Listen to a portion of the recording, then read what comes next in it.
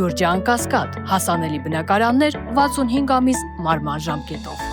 Բարև ձեզ, Փաստինֆոյի եթերում հարցազրույցն է, տաղավարում ես այսօր զրուցելու եմ ազգային ժողովի 4 գումարումների պատգամավոր Ռուբեն Հակոբյանի հետ։ Պարոն Հակոբյան, բարև ձեզ։ Բարև ձեզ։ Շնորհակալ եմ մեր տաղավար հյուրընկալվելու համար։ Պարոն Հակոբյան, դեռ ազատության մեջ եք։ Ինչու եմ հարցնում, որովհետև այս օրերին կոշտ խոսք հնչեցնողների նկատմամբ հետապնդումներ են, խուզարկություններ բնակարաններում, ձեր ետևից դեռ կարծես թե չեն եկել։ Շնորհակալ եմ հրավերի համար, գիտեք, ոչ թե կոշտ խոսքին ա վերաբերում, այն ինչ որ հիմա ասում են կամ ինչ որ Միքայել Սրբազանի հետ կապված, Բագրատ Սրբազանի հետ կապված ասում է, ես շատ ավելի կոշտ, կոպիտ եմ տվել ժամանակին գնահատական, նույնիսկ ազգային ժողովի ամբիոնից ասել եմ, որ պետք է մահապարտների ջոկատներ ձևավորեն եւ բացարձակապես սահմանադրության պահանջով, որովհետեւ ամեն օրը, ամեն ժամյա ռեժիմով այսօրվա իշխանությունը ուղղակի ոտքերը մաքրում է սահմանադրության վրա եւ ուղղակի սահմանադրական կարգը վերականգնելու համար պետք է ամեն գնով օգտվի մարդը իր բնական իրավունքից, քաղաքացին կամ մեր հավաքականությունը եւ ազատվի, բայց իրենք, որովհետեւ իրենց թվաբանությունը ուրիշ է, այսօր մեծ պես պլանով ես ավելի քան համոզված եմ, որ այդ ծրագիրը ծնվեց եկեղեցու վրա արձակման, երբ Շվեյցարիայում վեհապարը ելույթ ունեցավ, հաստատում փաստ է, որ թուրքերը եւ ադրբեջանցիները դժգոհել էին, որ դուք խոսում եք խաղաղության պայմանագրից, բայց տեսեք ռևանշիստական, ագրեսիվ ինչ քաղաքականություն է տարվում եկեղեցու կողմից, նկատի ունենալով իսկապես, որ միակ կառույցն է այսօր, որ դեռ քանդված չի, եւ միանգամից այդ բառը պիտի երևի չէ, առայժմ ասում այս ողբերգությունը, որն այսօր ղեկավարում է Հայաստանը, միանգամից արձակում սկսեց եկեղեցու վրա եւ այդ կեղծ սուտ խոսքերը, որ բարեվարկության մասին է խոսքը կուսակերունության հետ կապված չէ։ Ինքը եկեղեցին ուզում է քանդել, որպեսզի ճշնամուն համոզի, որ ես գալիս եմ խաղաղության պայմանագիրը ստորագրելու, նաեւ քանդված եկեղեցիով ես եմ քանդել դա։ Այնպես որ ոչ թե այստեղ կոշտ խոսքերը կամ Միքայել Սրբազանը երբ ասել այդ խոսքերը, շատ վաղուց է ասել այդ խոսքերը։ Ինչու հիմա հիշեցի։ Ինչու հիմա այդ եմ ասում, քաղաքական օրվա, այսպես ասած, քաղաքական պահանջն է, այո։ Քաղաքական կուրսը օրվա որ փոխվում է, նայած թե թուրքերը ինչ սցենար են տալիս, համաձայն այդ սցենարի գործում է ինքը եւ չի թաքցնում։ Ուղղակի այդ իր գավառական աֆերիստությունը ինքը դիտում է ինտելեկտուալ ինչ-որ բան, չի մտածում, որ այնքան էժան է խաղում, այնքան պարզ է իր արածը, որ միջին թվաբանական մտավոր կարողություն ունեցող մարդը հասկանում է, որ այս ծրագիրը որտեղից է գալիս եւ ինչի համար է անում ինքը։ Եվ ասեմ նաեւ ինչի համար է անում, շատ պարզ է։ Ինքը սրբություն չունի, ամեն ինչ կգնա իր իշխանությունը պահելու համար։ Պարոն Հակոբյան, աննախադեպ իրավիճակի ենք այսօր առնչվում, վաղ առավոտից բոլոր հնարավոր ուժային կառույցների ստորաբաժանումները վեհարանում էին Սրբազանին, Միքայել Սրբազանին ձերբակալելու համար։ Ես ուզում եմ ներկայացնել, թե այս պահին, երբ մեր նկարահանումները իրականացվում են, ինչ իրավիճակ է, մարդկանց միջամտությամբ, քաղաքացիների աջակցությամբ եւ միջամտությամբ ուժայինները չկարողացան բերման ենթարկել, ձերբակալել Սրբազանին, ԱԱԾ-ն 2 հաղորդագրություն է տարածել պահանջելով, որպեսզի Սրբազանը ինքը ներկայանա եւ դուրս են եկել Մայրաթորի տարածքից, միաժամանակ այս պահին մայրաքաղաքի տարբեր հատվածներում, նկատի ունեմ Երևանում, տեղի են ունենում իրազեկման ակցիաներ։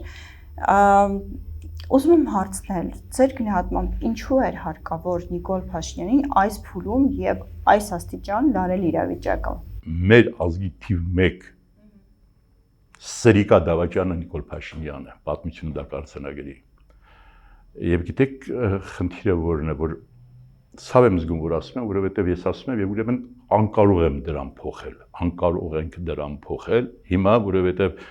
ժողովրդի էմոցիան գողանալով, ժողովրդի էմոցիան է գողացել, ուրիշ բան չի ասել, որովհետև բոլոր ծրագրերը ինքը ինչ որ ասել է, սուտ է։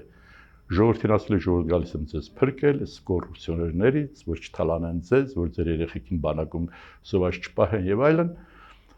Եվ եկել է հիմա բռնազավթել է իշխանությունը եւ կարողացել է կոմպրոմատներով հիմնականում իր շուրջը համախմբել ինչ-որ մարդկանց, մի քանի հոգի կային չի ուզենա, որ իր կողքին լինեին, բայց ինքը աշխատում է շատ նենգ ձևով, թե տեսահոլովակներով, թե այնպես կոմպրոմատներ ունի, մի քիչ տեղյակ, որպես տեղյակ մարդ եմ խոսում, եւ կարողանում է այդ ուժային կառույցների դատաիրավական համակարգի միջոցով նրանք այնպես ղեկավարներ են նշանակել, որ ուղղակի ինքը իր ոտքերը կամակատարներ են եւ իր կարողանում ոտքերը մաքրում է, որպես փալաս է օգտագործում դրանց։ Պիտի այդ բառը օգտագործեմ եւ նրանց միջոցով մնում է իշխանության։ Դուք հիմա հարցնում եք ինչու եւ այլն, ինքը մի բան գիտի, Գարգելի Քրիստին, մի բան գիտի, որ եթե այսօր չեղավ իշխանության վաղը, կամ ֆիզիկապես գոյություն չի ունենա, եթե չհայտնվի բանտում։ Իսկ եթե հայտնվի բանտում, մի քիչ բանտային կանոններին ծանոթ եմ, գիտեմ դա ինչ է եղել եմ։ Եվ այնտեղ մի քիչ ուրիշ նաև չափանիշներ են գործում, գուցե այնտեղ էլ ինքը կյանք չունենա, որովհետև ինքը մի անգամ եղել է բանտում, հա, կոշում, երբ կինը կեսգիշերին եկել Զարուհի Պոստանջյանին հանել տարել է, որովհետև այնտեղ մեծ ստորություն է արել բանտում, բանտային կյանքը, բանտային օրենքները ուրիշ ձև են, այ վերաբերում այդ տեսակին շատ վատ են վատ որն է, ճիշտ համարժեք վերաբերել են, Զարուհին կարողացել է հանել, բերել բան, արդիկ։ Այսինքն այս կերպարը գիտի, որ այսօր չեղավ իշխանության նրա գոյությունը ավարտված է եւ կարողանում է պահել։ Հիմա ինքը գնում է ամեն քայլի, ամեն ինչ այսօր որ նայում էի գետին ես մտնում։ Այսինքն քո եկեղեցին այսօր պաշարված է կարմիր բերետավորներով, չգիտեմ, այնտեղ ոստիկանական զորքերով, այդ չգիտես, այնքան մարդիկ կային։ Եկեղեցու զանգերն այսօր հնչում էին, պարոն Հակոբյան, վերջին անգամ գոնե եկեղեցականներն էին այդպես վկայում, որ եկեղեցու զանգերը հնչել են 1915 թվականին։ Որ 1915 թվականին։ Ուրեմն ասեմ, Սա ինձ ուղղակի։ Չէ, 18 թվականին են, չէ, եւ ասեմ երբ, 18 թվականին, երբ մեր ուրեմն 1918 թվականին Սարդարապատում ինչ եղավ, երբ մենք ունեինք կաթողիկոս Գևորգ 5-րդ Սուրենյանց կաթողիկոսը, որը մինչև այդ այդպես հայտնի չէր, բայց արդեն որ Թշնամին կանոնավոր բանակով մտնում էր արդեն Սարդարապատ, Ղարաքիլիսայով, Բաշար Բարանով եկել էր մտնում էր արդեն Սարդարապատ, եւ Արամը, վարչապետ Արամը, Արամ Մանուկյանը ուղղակի դիմեցին եւ Սիլիկյանի հետ եմ կարծեմ, դիմեցին վեապարին Գևորգ 5-րդի, որ ինքը տեղը փոխի զուտ ֆիզիկական բանով կամ գնասեվան կամ բյուրակ վերջը այդ տեղերի վրա ինքը հրաժարվեց եւ ասաց ես իմ զենքով կպայքարեմ դրանց դեմ։ Ես չեմ թողնի այս սուրբ վայրը գնալ եւ միանգամից հնչեցին դա ապրիլն էր։ Բոլոր եկեղեցիների ղողանջեցին զանգերը։ Այդ որ ասում եք 15-18 թվականին եւ գիտեք ինչն էր, մենք բանաձև ունենք, երբ օրվա իշխանությունը եւ եկեղեցին թեթևի տված ծրագրավորված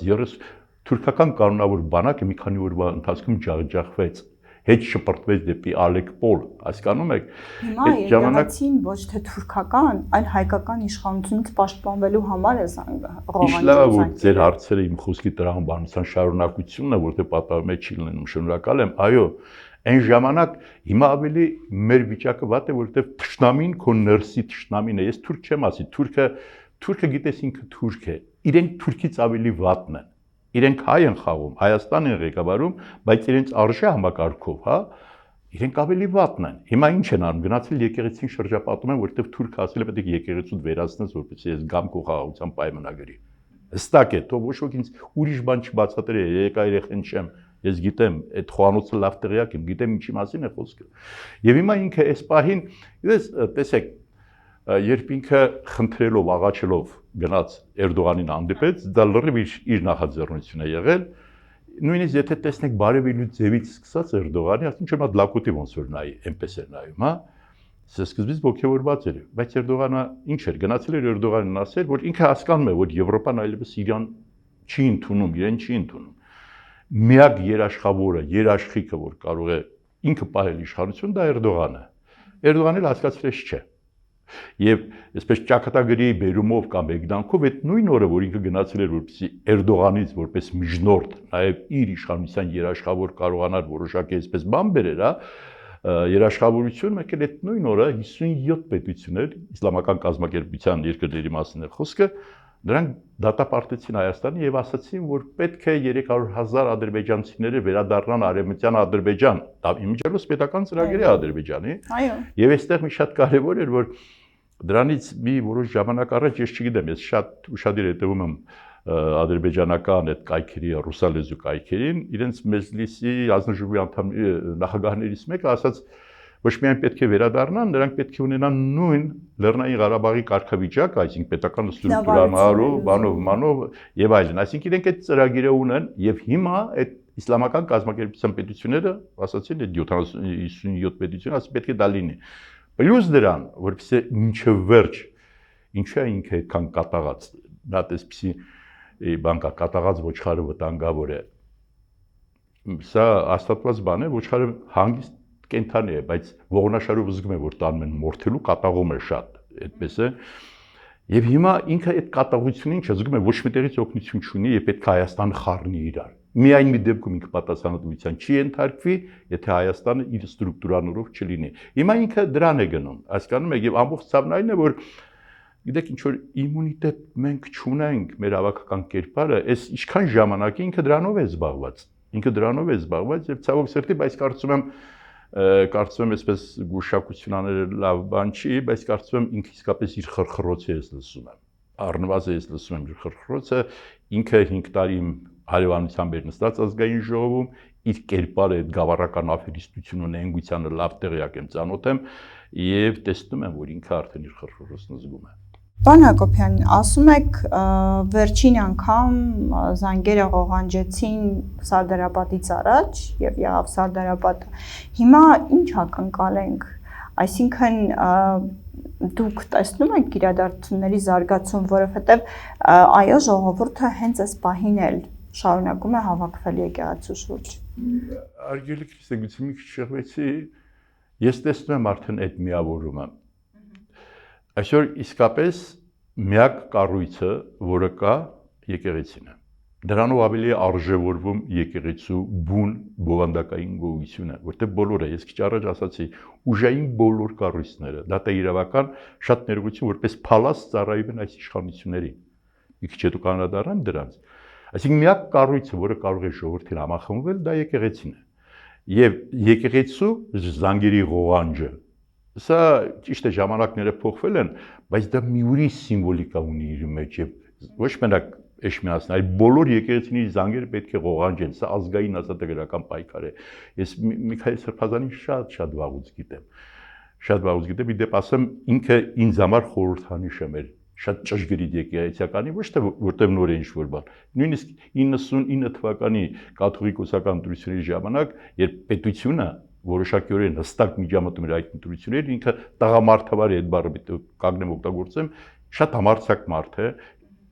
ուրեմն եկեղեցիական բարեվարկության շատ անխոսելի կերպար է, այս մարդը երբ էր որ հայտարարեց, պատերազմից այս պարտվելուց հետո միանգամից ինքը հայտարարեց, որ ազգային ազատագրական պայքարի շրջան է սկսում, սա ազգային ազատագրական պայքար է, այսօր ինչ որ տանում ենք, եւ այդ պայքարում, որպեսզի կարողանանք իսկապես Հայաստանը փրկել այս տեղի ճշնամիներից, այս յենիչերիությունից որ կա, պետք է եկեղեցու զանգերը այո ողանջեն, պետք է պետական իշխանության վրա բնականաբար պայքարը նրանց դեմ է, պետք է կարողանալ այն կառույցները, հասարակական քաղաքական կամ առանցին, հա, նույնիսկ անատների, քաղաքական գործիչների միավորվեն, վստահ եմ, իսկապես վստահ եմ, ասում եմ լավ բան չի գուշակություն անելը, որ շատ քիչ է մնացել իրեն, եւ ինքը զգում է, որ իր ոտքի տակից օղը գնում է։ Պարոն Հակոբյան, բայց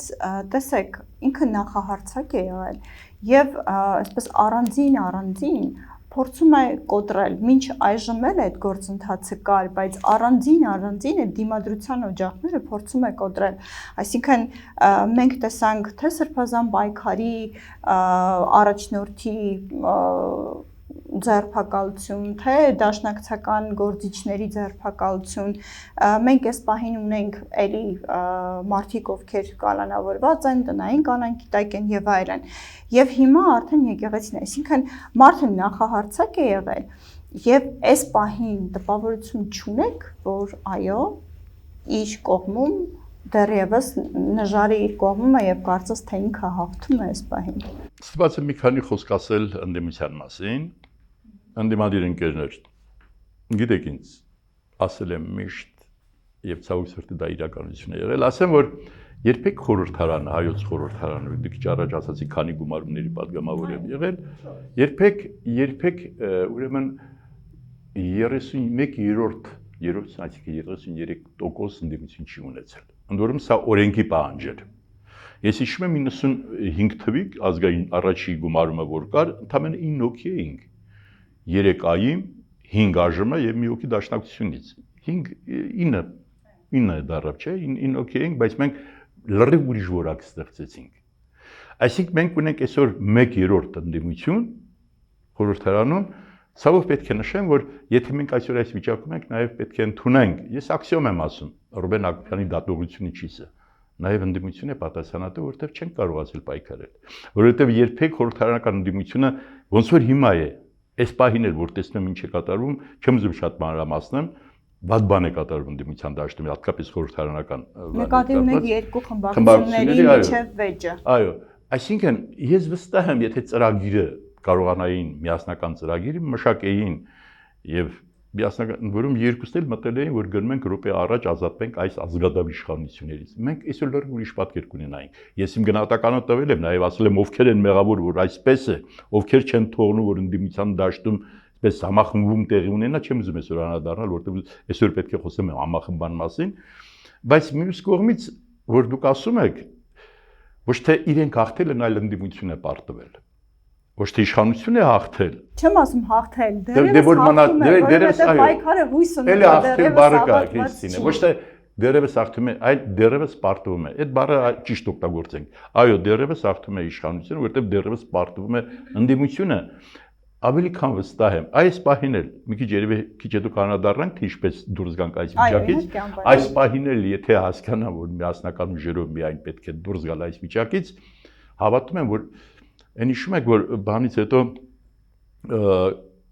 նոյեմբերի 9-ից հետո, որ վախից փախել թաքնվել էր բունկերում, եւ ասում եք եկել է քաղաքացու վրեժի ժամանակ հիշում եք, ճղճղան ձայնով, ցենց հիստերիկ բանով, ես հիմա ասում եմ, այդ պահից էլ հիմա էլ եկել է քաղաքացու, հայ քաղաքացու վրեժի ժամանակ այդ բառը պիտի ասեմ, որովհետեւ պետություն գլխատած կերպարը Արցախ դե ֆակտո կայացած պետություն է գլխատել իր քաղաքականության հետևանքով Հայաստանի անունը ի վերջո հակին ժամանակ դիվանագիտական գործի եմ եղել Հայաստանը որպես падգամավոր տարբեր միջազգային կառույցներում եմ ներկայացրել մեր խորհրդարանը այսքան ստորացված վիճակում չի եղել քիչ առաջ երբ խոսում էի Պետրոս Գետադարձի մասին որ իր շարունակությունը այդ ժամանակ էլի Հայաստանը այսքան ստորացված վիճակում չի եղել Հիմա ես ամաչում եմ դուրս գալ, ես բավականին լուրջ բաներ, մոտիկներ, ծանոթներ Ռուսաստանում դրսերում ունեմ, այն ժամանակ մեզ դիտում էին, որ հատկապես որ նաև դիվանագիտական աշխատանքի է,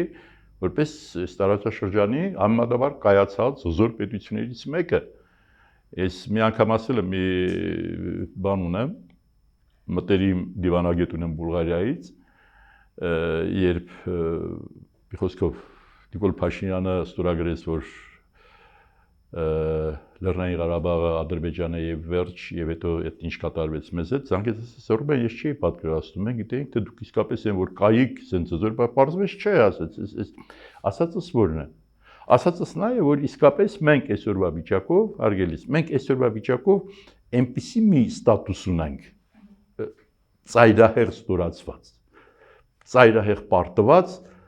որ օրինակ մեկը ես դժվարանում եմ ասել ինչքան ժամանակ Եվ ինչ բան է պետք որ մենք կարողանանք գոնե կասեցնել այս գահավիժումը եւ դուրս գանք այս վիճակից, բայց վստահ եմ։ Մի քիչ նաեւ որոշ նորմերի միջազգային նկատի ունենալով նաեւ քիչ առաջ Սարտարապետի մասին էինք խոսում, վստահ եմ եթե կարողանանք ազատվել այս չարիքից, իր այդ խմբի հետ միասին, ես կարծում եմ կարող ենք գահավիժումը կասեցնել եւ դուրս գալ այս վիճակից։ Հիմա խոսենք այն մասին, թե ինչպես ենք դա անելու։ Ես ուզում եմ մեջ բերել ձեր վերջերս արած գրառումներից մեկը, որտեղ նշում եք, որ ակնհայտ է, որ եկեղեցու կողքին կանգնողները Արցախի հարցի օրակարգում պահողներն ու խաղաղություն բորալով թուրք-ադրբեջանական տանդեմի առաջ ծնկի չեկող այս սրիկայի դասակարգային թշնամիներն են, ուժային բոլոր կառույցները առանց բացառության դարձել են հոգեխանգարված իշխանատենչի ոտքի տակի փալասը,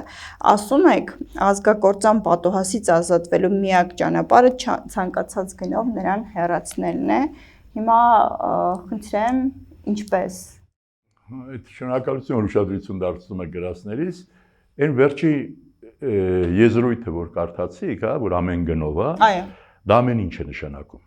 Այսինքն դա ավելի նույնիսկ ամեն գնով որ ասում եմ դրա մեջ ամեն ինչ կա, որ նույնիսկ մտնես, հակաժներից բռնես ու դուրս շպրտես այս սրիկաներին։ Դրա համար դեռ ուժայինների պատը պետք է հաղթահարել։ Մի րոպե, հա, պարզ է, եւ հիմա գալիս է։ Մի քիչ առաջ եթե խոսում էի գնահատական էի տալիս ավելի շատ տղամարդկային զայրույթներ դա, որպեսզի մարդիկ, այսպես չնայեն ասեն, այս կարծես թե փորձառու մարդ է ոնց է այդպես ասում, հիմա մի քանի բան ասեմ, որ իսկապես հատկապես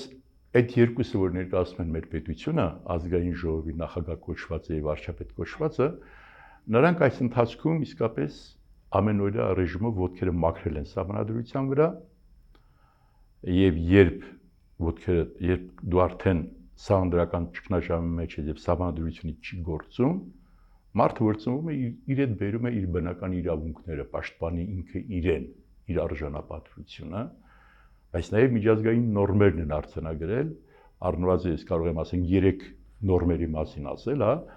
կոնվենցիաներ, ասենք 48 թվականի մարդու իրավունքների համընդհանուր արձակագիրը, հա, ՄԱԿ-ի կամ 50 թվականի Ռոմի եվրոպական կոնվենցիան մարդու իրավունքների վերաբերող կամ 87 թվականի Ստրասբուրգում էլի մարդու իրավունքների վերաբերող եւ այլն, որտեղ շատ հստակ է ֆիքսված։ Շատ հստակ, որ մարդու իրավունքների երբ իշխանությունը ոտնահարում է, խախտում է, ձևակերպումները այսպես է, ինքը պարտավոր է իրավունքը մեղ առաջարկություն։ Պարտավոր է ինքը կարողանալ պաշտպանել իրեն, իր արժանապատվությունը, իր իրավունքները եւ պատահական չի, մի անգամ բանավեճի ժամանակ մեկ այդ խոսում է, ասում է, ես տեղյակ չեմ։ Պատահական չի, որ եվրոպական, այսինքն մարդու իրավունքների համընդհանուր հռչակագիրը ինձ տալիս է ապստամբելու իրավունք։ Եվ պատահական չի, որ եվրոպական շատ պետություններում ապստամբելու իրավունքը արձանագրված է իրենց սահմանադրություններում։ Իսկ ապստամբելու իրավունքը դա չի նշանակում նստես ոսկեղենիկ իրենց ազգային բարերով ասես դե գիտեք դուք սահմանադրություն եք խախտել, պետք է գնաք։ Հիմա պատկերացնում եք Նիկոլ Փաշինյանին, այսքան է այս ազգային ժողովի ընդդիմությունը, այս ինչքան ժամանակ ասում է սահմանադրությունը խախտել եք, նա էլ ձեռ է առնում այնտեղից, հա, ամբիոնից կանգնած ձեռ է առնում։ Այդ իրավունքը վերապահված է բացառապես իրեն, պարոն Հակոբյան, եւ միջազգային որևէ նորմ այսօր ոչ միայն Հայաստանում, այլ նաեւ կարծես թե միջազգային հարաբերություններն են ցույց տալիս, որ այլևս մղված են երկրորդ պլան։ Դուք այստեղ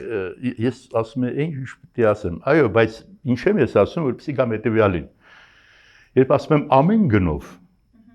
ես թվարկեցի 3 կարող եմ 5 հատ էլ թվարկել միջազգային նոր։ Մեր սահմանադրության եւ քրեական օրենսգրքի առնվազն 10 հոդվածներ գիտեմ, ժամանակը չկորցնելու համար չեմ ուզում թվարկել, հա, այս վերջերս ինչ որ գրել էին այս իշխանական ինչ որ մի հատ падգամավոր է եկել պատական դարձել, գիտի այդքան խելացի, ասում եմ, հիշեք, որ ունենք երկրորդ հոդված, որ ժողովրդի իշխանության տերի ժողովուրդն է, բայց այդ տգետը երևի երրորդ հոդվածն չի կարդացել, որ մարդը բարձրագույն արժեքն է, որի վրա դուք ամեն օր ոտ եք մաքրում։ Հիմա ես ինչ եմ ուզում ասել, այդ բոլոր հոդվածներով ասում եմ, որ ձեր ազգային ժողովի նախագահը եւ ձեր վարչապետը իրենք հանցագործներ են, որովհետև սահմանադրությաններն անիծել են, պետական ամբողջ ստրուկտուրաները ուժային եւ դատավիրավական դարձրել են իրենց, այսպես համքյարության ծառաները, դրանք պետությանը չեն ծառայում, այլ իշխանությանը, եւ ես որպես քաղաքացի, բարդ քաղաքացի ասում եմ, ես իրավունքներ պաշտպանելու համար ես պետք է դիմեմ ցանկացած քայլի։ Այն ինչ որ Միքայել Սրբազանը ասել է եւ հիմա տանում են, ես դրա կրկնակին եմ հիմա ասում։ Լսում եք, սրիկաներ, ես դրա կրկնակին եմ asում։ Ձեզ ամեն գնով պետք է հեռացնել։ Դա ինչ է նշանակում։ Իմ կարծիքով, եթե մի ճանապարհ կա, եթե 70-80,000 մարդ հավաքվի եւ ուղղակի շրջապատի եւ թույլ չտա կառավարության որևէ բան եւ հանրապետությունը վստահ եմ, պարալիզացիայի կենթարկվի, ինքը գնալու է։ Այս 35 տարի ակտիվ քաղաքականության մեջ եմ, ցավոք սրտի կարող եմ մի բան արձանագրել, ուժայինները միշտ ուժի կողմն են։ Այդ որ ասում են այրուն կեղվի, չէ, կարող է ինքը նույնիսկ հրաման տա, որ այրուն է,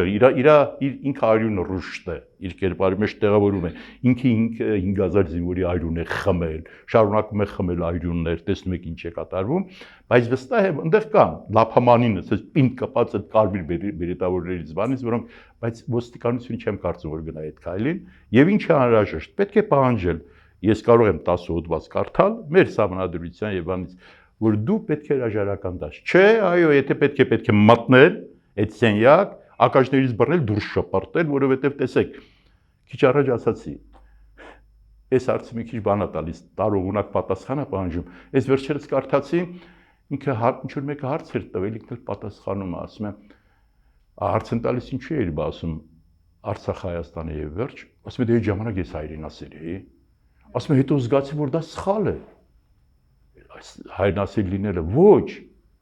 հիմա ես թուրքասեր եմ, մոտավորապես դա է, ասում բաղնել կարող է Բուրկինա Ֆասոյի ինչ-որ բան լինի, ասի Բուրկինա Ֆասոյի բան եմ, բայց դա ինչ է նշանակում, դու իսկապես սա ուզում եմ շեշտել, Քրիստինա, որ հասկանա, որ ինձ այնպես չեմ ասում, երբ խոսում ենք պատերազմի մասին 44 օրը, ես մի առիթով, չգիտեմ, եթե իմ այդ գրածների ուշադրություն դարձնում եք, ասեցի, որ դու ես պրովոկացիա արել, դու ես սադրել այդ պատերազմը, որովհետև երբ 19 թվականի աշնանը Ստեփանակերտում հայտարարեց Արցախ Հայաստանի եւ վերջ, ոչ ոք լուրջ կարգավիճակ ունեցող դիվանագիտական շրջանակում նույնիսկ դեսպանը որևէ չի ասել, որ Արցախ Հայաստանը եւ վերջ։ Այո, Մոնթեն, այնտեղ մեր Անգալաջյանը, բան կարող էին ասել, նրանք կարվող տղեկ էին, բայց դու պետության առաջի դեմք ես եւ նրանք, ովքեր մի քիչ միջազգային կառույցներին հետևում են, ինչ է գրվում, միանգամից կարդացին, որ Թուրքիան եւ Ադրբեջանը հարձակվեցին եւ ճշգրիտ ասեցին եղբայր, սրանք այդ որ ասում են Արցախի հետ կապված, որ դա ինքնորոշման մասին չի, սա ուղղային պահանջ է մեր նկատմամբ եւ ցիտում էին դրան եւ իրենք լեգիտիմ հիմք ստեղծեցին, որ հարձակվեն 44 օրյա պատերազմը եւ դրա համար որևէ պետություն բան չարեց, այսպես բացահայտ տեր չկանգնեց մեզ, որովհետեւ իրենք բերել էին բավականին լուրջ համաձայնություն, կոնսենսուս, որ ինքը հողային պահանջ է ներկայացվել, իսկ միջազգային նորմերով որևէ նորմ չի արգելում որևէ պետության, որպեսզի ինքը իր տարածքային ամբողջականությունը ներողություն պաշտպանի եւ դրան գումարած դե իհարկե իրենք թուրքավարի դա արեցին, հա, գենոցիդ անելով, ցեղասպանություն, էթնոցիդելով, բայց այ ապրես ինչպես օրեն։ Հիմա ինչ եմ ուզում ասել։ Ինքը տարբեր էլի չեմ ասում 22 թվականի հոկտեմբերի 6-ի Պրահայի բանը, ինքը մեր համանadrությունը ամեն օր է ամեն տեղ է խախտել, բայց ամենադաժան բանը, որ անպատասխան մնաց,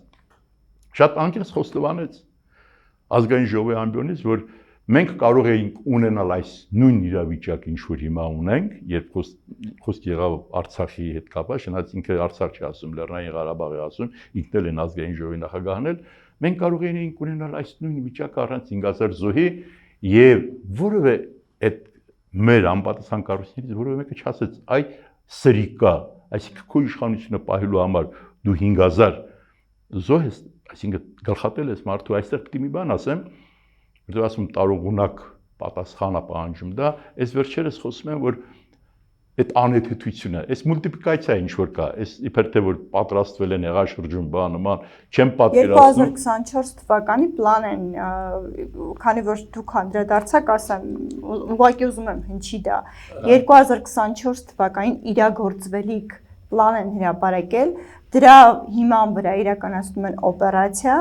եւ այն իրավապահները, ովքեր բացահայտել են 1 տարի առաջ իրականացվելիք, ենթադրաբար իրականացվելիք պլանը, հիմա պիտի ներկայացվեն պարգևատրման։ Ախր ինքան լավ գիտեք այդ ամեն ինչը, բայց որտեղ խոսում ենք հեռուստադիտողի համար, տեսեք, ասիկ այն ինչ որ հիմա մենք ասում ենք, չէ, ուրեմն ասում են, որ սա մի նոր, ուրեմն հոկտեմբերի 27 է։ Զուգահեռները։ Այո, հոկտեմբերի 27 մենք ունեցանք։ Շատ ուշադիր լսեք։ Այդ ինչ որ ասում եմ մուլտիպլիկացիա է, այսինքն ոնց եք պատկերացնում, գաղտնի օպերացիա են կազմակերպում 38 հետ նստել քննարկում են, հա, այդ դեպքում նույնիսկ երրորդն ավելորդ է։ Սա, չգիտեմ, սցենարի հեղինակն ով է եղել, Քրիստինեն շատ ճիշտ նսեց, մի տարի առաջվա սցենար է, որը չգիտեմ ինչ է։ Ասում եմ մուլտիպլիկացիայի սցենար է, եւ հետո կպարզեի, որ այդ նստածներից կեսը իրենց գործակալներն են եղել, բայց եղել է հոկտեմբերի 27 այն ժամանակ էլ ահաբեկիչները իշխանության համար էին անում։ Կարող է ուրիշ սովուսի տակ էին ասել։ Հիմա էլ որովհետև այս նույնը Նիկոլ Փաշինյանը նույն իշխանության համար նույն գլխատեց 1000 անգամ ավելի զոհ տվեցինք։ Ինքը երբ 5000 մեր զինվորներին գլխատեց, վերջում ինչ ասաց։ որ ինձ ճշնամի, ինձ դավաճան չասեն եւ իշխանությունից չեռացնեն։ Այսինքն, եթե ուզում ես զուգահեռ անցկացնես, դժբախտաբար մենք հոկտեմբերի 27 կրկնեց այս ոչնչությունը, այս այրուն ռուշտ կերպարը։ Դրա համար ինչու եմ այսքան ծավալվում, ինչու եմ այսքան գալիս։ Այնպես է ստացվել, իսկապես ասում եմ, այս զուրկ ենք իմունիտետից, այնպես է ստացվել, որ մենք չենք կարողանում հասկանալ ինչ կատարվեց մեզ հետ։ Մենք չենք կարողանում։ Մեր հավաքական կերպարը, հավաքական միտքը չի գալիս, ասել մի հատ նստենք հանգիստ։ Տեսնենք, այս ինչ է կատարվում մեզ հետ։ Հանգստանալու ժամանակ միգուցե չունենք, պարոն Հակոբյան։ Իսկ թվում է, այնտեղ չեմ ուզում այսօր անդրադառնալ բանի։ Գիտես, խանգարում է, նպատակային է դա։ Եթե մենք վերջնենք, թե ոնց սրանք եկան իշխանության, ինչու այդ 20 թվականի նոյեմբերի 9-ից հետո ինչ կատարվեց, ինչպես եղավ, որ նրանք նորից կարողացան հաղթել։ Այս եթե մենք կարողանայինք վերլուծել, շատ օբյեկտիվորեն։ Գիտեք, դա քաղաքագիտության աքսիոմներից է, ոսկե կանոններից է, որպեսզի չկրկնես սխալները նախկին, երբ քաղաքականության մասին, պետք է դու կարողանաս ճիշտ գնահատական տալ։ Առավել ևս, երբ այդ նախկինի հետևանքներով դու ունես գլխատված Արցախ, այդքան զոհեր եւ ստորացված Հայաստան։ Այսինքն խնդիրը որն է, որ դուք քիչ առաջ ասացիք, չէ՞, ձեր արձադրման մեջ։ Մենք գուցե նեղանում են երբեմն, որ ասում են, որ երևի արժանի ենք այս վիճակին, որտեղ մեր հավաքական միտքը այսօր էլ ինչ որ կատարում, մեր հավաքական միտքը, մեր հավաքական ըմբոստությունը այսօր պատրաստ չի դիմակայելու այս հոգեխանգարված մարդը, այստեղ պիտի ասեմ, ամեն ինչից զատ սա հոգեկան խնդիրներ ունի։ Սա իսկապես հոգեբուժի, հոգեբանի խնդիր ունի, չի բացառվում, որ երբ վաղը իսկապես իսկ ինքը դատարանի առաջ կանգնելու է, չի բացառվում, որ վերջ հապացի, որ ինքը անմեղսունակ է եւ այդ անմեղսունակի բանի տակ ինչ որ մեղմ որոշումներ ընդունեն։ Հումոր չեմ անում։ Այն ինչ որ ինքը անում է հիմա, մենակ անմեղսունակ հոգեխանգարված ինչ որ մի ազգադար սիրիկան կանի։ Հոգեբանները դրա գնահատականը կարծում եմ կտան, բայց ձեր խոսքում ասցիք, եթե 60-70 հոգի մարդ հավաքվի, այո, 60-70,000 մարդ հավաքվի, պարոն Հակոբյան, 20 թվականից հետո մենք տեսել ենք հավանաբար 3 կամ 4 շարժում, դուք եւ այդ բոլոր շարժումները իրենց բոլոր դրական կողմերով ունեցել են նաեւ իրենց բացասական կողմը, այն է մարդկանց մոտ հիասթափություններ եւ շարժումներից, հատկապես շարժումներից որոշակի հիասթափություններ են ձևավորվել։ Հիմա դուք տեսնում եք այդ պոտենցիալը եւ հնարավորությունը մարդկանց համախմբելու, հաշվի առնելով նաեւ այն ինչ քիչ առաջ ասացիք, այն որ ժամանակ կարծես թե չենք ունենում ակտորոշումները մեր հիվանդության ակտորոշումները տալու, այսինքն դուք տեսնում եք այդ պոտենցիալը այսօր համախմբվելու, հավաքվելու եւ շրջափակելու։ Գիտեք, ես ասեմ, որ այսպես թող չթվա, որ ես անուղղել լավատես եմ։ Ես բավականին ռեալ պոլիտիկի կողմնակից եմ եւ այդպես եմ առաջնորդվել իմ քաղաքական այս գիտակցական կյանքում, բայց հիմա տեսնում եմ, շատ ճիշտ եք ասում, ցավոք սրտի մենք ունեցել ենք շարժումներ եւ չենք կարողանում նստել միասին քննարկել, թե ինչու պարտվեցինք, օրինակ Հայրենիքի փրկության շարժումները, աշալի շարժումներ, մեկ էլ վերջում, որ արդեն բավականին ուժեղացել էին, պարզվեց, որ կուսակցականացվել էր այդ նեղ խմբում, որ որոշում են եւ արդեն առանձին կուսակցության լիդերներ պաշտոնների հարց էին քննարկում։ Թողնից ներեն։ Այդ խոհանոցների լրիվին որոշում չեմ, ընդունողների մեջ չեմ եղել, բայց բոլոր խոհանոցների մեջ եղել եմ եւ ասել եմ սա։ Ուրեմն, այսինքն կուսակցականացվել են բոլոր շարժումները։ Ցավոք սրտի։ Եվ հարցեր կան, որ պետք է, ես միշտ ասել եմ, պետք է համեմատաբար անխոցելի թիմ ձևավորվի վերկուսակցական, որը իսկապես մահապարտների թիմ պետք է լինի ոչ վատ իմաստով, այսինքն իրենք իսկապես հոգու խորքում համոզմունքով իմանան, որ սա պայքար է լինել չլինելու մասին, սա պայքար է, որի ավարտը կամ պետք է լինի, եւ իրենք պետք է ցույց տան իրենց կերպարով, իրենց պահվածքով պետք է ցույց տան։ Բայց ցավոք սրտի եւ պետք է ասեմ, որ երբ 1 տարի առաջ եղավ Սրբազան շարժումը, ես այդտեղ այդ որ հավաքվել էինք հրապարակում եւ դրանից մի կարճ ժամանակ առաջ Վարդան Օսկանյանի հետ խոսեցի եւ Սրբազանի հետ զգացի, որ ծրագիր չկա, կա հրաշալի, այսինքն մենք այդպես էլ չսովորեցինք, որ մարդկանց որ հավաքում ենք, այդ մարդիկ չեն եկել դասախոսություններ լսելու, Աստվածաաճո այսպես բան, մեկը ռետորական տաղանդն է ցույց տալիս, այն մյուսը ցույց է տալիս թե մեր կուսակցությունը ինչքան է նվիրված այս բանին։ մեկ օրակարգ պետք է լինի, հիմա դու գալիս ենք դրան, չէ՞, ձեր հարցին։ Գոնե այդ սխալներից կարողանալ օգտվել, որտեղ նորմալ բանական մարդու մոտ պետք է միշտ լինի զգացում, որ պետք է սխալներից օգտվել, առավելևս երբ այդ սխալները դու ես գործել։ Նորմալ մարդիկ ուրիշներին, նորմալ համահավաքականությունները ուրիշների սխալներից են օգտվում, բայց գոնե դու քոնից օգտվի եւ հասկացի, որ այսօր պետք է հավաքել այդ 70-80 հազար մարդուն, առանց այդ ավելորդ դասախոսությունների, առանց 1000-րդ անգամ կրկնելու, որ սրանք սերիկաներ են, ազգադավ են, չգիտեմ ինչ են, մեկ օրակարգով չեն կռանում, քան իրենք չեն եռան։ Եվ ես քիչ առաջ ասացի, այն որ մեկը ինձ ասում է, բա միջազգային կառույցները ինչ կանեն, եթե մենք այդպես պարտադրանքով իրենց վռնդենք բաներից, այդ միջազգային կառույցները ինչ արեցին, որ ցեղասպանություն իրականացրին Արցախում։ Ինչ արեցին, երբ էթնոզիտեցին Արցախը։ Ինչ արեցին, երբ ֆոսֆորական զենք օգտագործեցին Արցախի նկատմամբ։ Ինչ արեցին, որ այսօր մատել են ջերմուկ 240 կիլոմետր դուրս չեն գալիս։ Ինչ արեցին, որ այնտեղ, չգիտեմ, այդ ամեն ինչը։ Թող դատապարտեն եւ այդքանով ավարտեն իրենց սառաքելությունը։ Ջան, այսօր որևէ միջազգային կառույց ըստ էության դե ֆակտո գոյություն չունի, դե ֆակտո չունի։ Եվ ես համոզված եմ, քիչ առաջ ես մեր ժողովրդին լավ գիտեմ։ Այդ որ վախացնում են, այ տեսեք պետությունը, երեք նայում եմ ամենա այլասերված կերպարները ազգային ժողովի այս 2 օրը հանրայինով խոսում են մի հատ ոչ թե PR եմ անում, մի հատ նայեք եւ զզվեք դրանցից, որտեվ մեկ ազգային ժողովի նախագահ կոչվածն է, որը խոսում է թե գնում են, չգիտեմ, հեղաշրջման են գնում, ինչ են անում, եւ մյուսը ոչ պակասելի այլասերված Անդրանիկ Քոչարյանը։ Բնության մեջ կրծողների դասին պատկանող պես մացառախոզեր են կոչվում, դիկաբրազի, հա, դրանք երկուսով իրար ատում են։ Հա, բաժանվում են ինչ որ ուզում են շրջապատ բան գտնեն, որտեվ շատ վատ կերպարներ են, տեսնում են չեն կարողանում գտնել, գալիս էլի իրար կողք են կանգնում, բայց որտեվ ցեխակ, այսինքն այդ ինչ է, փշակոլոր են,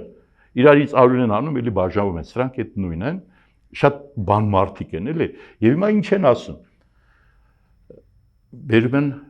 հոկտեմբերի 27։ Երկուսն էլ խոսեցին Հրանտ Մարգարյանի մասին։ Տեսակ Հրանտ Մարգարյանը ասեց ինչ է, պորտուկում էր դա, այսինքն սփորքայի տղա է, մարդ է։ Հիմա այդ բառը գուցե ուրիշ բառ պիտի օգտագործեն։ Հիմա ես եմ ասում, այո, պորտուկում է, ինչ պիտի անեք, սերիկաներ։ Հիմա ինչ են ասում, փոխանակ էթան երկուսներ ծենկի գան Հրանտի առաջ, ասեն, խնդրում եմ, մի քիչ դաստում ես, ոնց տղամարդ լինենք։ Օրինակ, ազգային ժողովի այդ ղզիկ նախագահը, որը այստեղ պետք է միջանկյալ ասեն, ինքը մեր ազգի ոչ պակաս թշնամին է քանի վիժվածքը, եթե գնա 24 թվականի հոկտեմբերի 17-ի ուրեմն ազատությունը ռադիոկայանին տված հարցազրույցում ինքը արդարացնում է թուրքերի կողմից, թշնամու կողմից Արցախի ուրեմն այդ Արցախի նկատմամբ էթնոզիտումը եւ ցեղասպանությունը, ասելով որ գիտեք միջազգային բան կա ինչ է, այն ՄԱԿ-ի անվտանգության խորհրդի բանաձևերն էլ չգիտի, ասում է 3-4։ Ինչ եմ սա ասում, որպեսզի սրանք մարդ չեն, որ հրավիրեմ բանավեճի չեն գա, որ գա բացատրեմ այ ղզիկ սերիկա, այ քաղաքական տրանսգենդեր, օրվա քաղաքական կուրսով տեսակը փողող։ Այդ նույն ՄԱԿ-ի անվտանգության խորհրդի բանաձևերը, որ եղավ, հիշում եք, 4 բանաձևեր են, ոչ թե 3, այլ 4, որ պետք է Հայաստանը իր զորքերը Արցախը դուրս աներ այդ իրենց ձևակերպումով գրաված տարածքներից, այդ 7 շրջաներից։ Եվ ինչու դուրս չեկան, որովհետև հետո Մինսկի մեր այդ գիտեք երանախագահությունը նամակով դիմեց ՄԱԿ-ին, անվտանգության խորհրդին,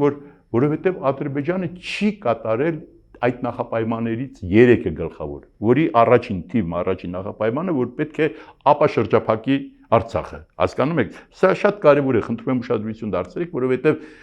ասում են, որ մենք չենք կատարել, արգելի հեռուստադիտող, որ մեր կողմը, հայկական կողմը չի կատարել այդ ՄԱԿ-ի, հա, բանաձևերը, բայց երանախագահությունը Ամերիկա, Ֆրանսիա եւ Ռուսաստան նամակ գրեցին ՄԱԿ-ի անվտանգության խորհուրդը, որը ի գիտություն ընդունեց եւ ոչ թե մեղադրեց Հայաստանին, որ Հայաստանը չի կատարել այդ անվտանգության խորհրդի որոշումները, այլ որտեվ Ադրբեջանը, բայց որտեվ այս տղային ավելի շատ հետաքրքրում է, ասենք, որ ասֆալտի տենդերը ինչ արժի, ինչպես արդարացնել կամ ասենք Վիվարոյի աշխատապահությանը մի քիչ ավելի մոտնանա, դրանով է զբաղված, դրան չի հետաքրքրում։ Նրան մենակ դուր հնարավորություն, որ քեզ թիգնապա լինի, որ բռնեն քո հակառակորդի թևերը, որ դու թքես սերիկայաբար իրա վրա, Եվ պաշտոն տուր։ Այստեղ մի բան էլ պետք է ասեմ։ Երբ քիչ առաջ խոսում էինք մեր ուժային կառույցների եւ դատաիրավական համակարգի մասին, մի հատ խարակտերն է, մի հատ շատ այսպես այդ ամբողջ համակարգին հարիր ինչով որ իրենք ապրում են ինչ համակարգում, համարժեք ուրեմն արժե համակարգում մի օրինակ բերեմ։ Սա ասվել է, բայց քիչ է ասվել եւ իրական գնահատական չի տրվել։ Այսինքն, եթե միտեղ գլխավոր դատախազ եմ, կարող է արդարեցնել ազգային ժողովի կողմից արած ստորությունը, երբ ձեր բոլորի հարկերի հաշվին վարձատրվող թիկնապարներին հրահանգի ասի դուք բռնեք քաղաքացու թևերը, ինքը թքում է քաղաքացու դեմքին եւ գլխավոր դատախազը արդարացնում է, ասում է դե հակաօրինական բան չկա այն դեպքում, որ բացառիկ տգետ է, որ իրավագիտության հետ կապ ունի, կարող է ասել, որ առնվազն երկու հոդված կա քրեական, որով պետք է պատժվի։ Մեկը մարդու իրավունքների կոպիտ խախտում եւ երկրորդը զբաղեցրած ուրեմն պաշտոնի չարաշահում, զբաղեցրած երկի Էլ դրանից հետո խոսել, որ կարող է պետական կառույցները ժողովրդի իրավունքներին տեր կանգնել, նշանակում է գլխով պատին խփել։ Դրա համար ասում եմ,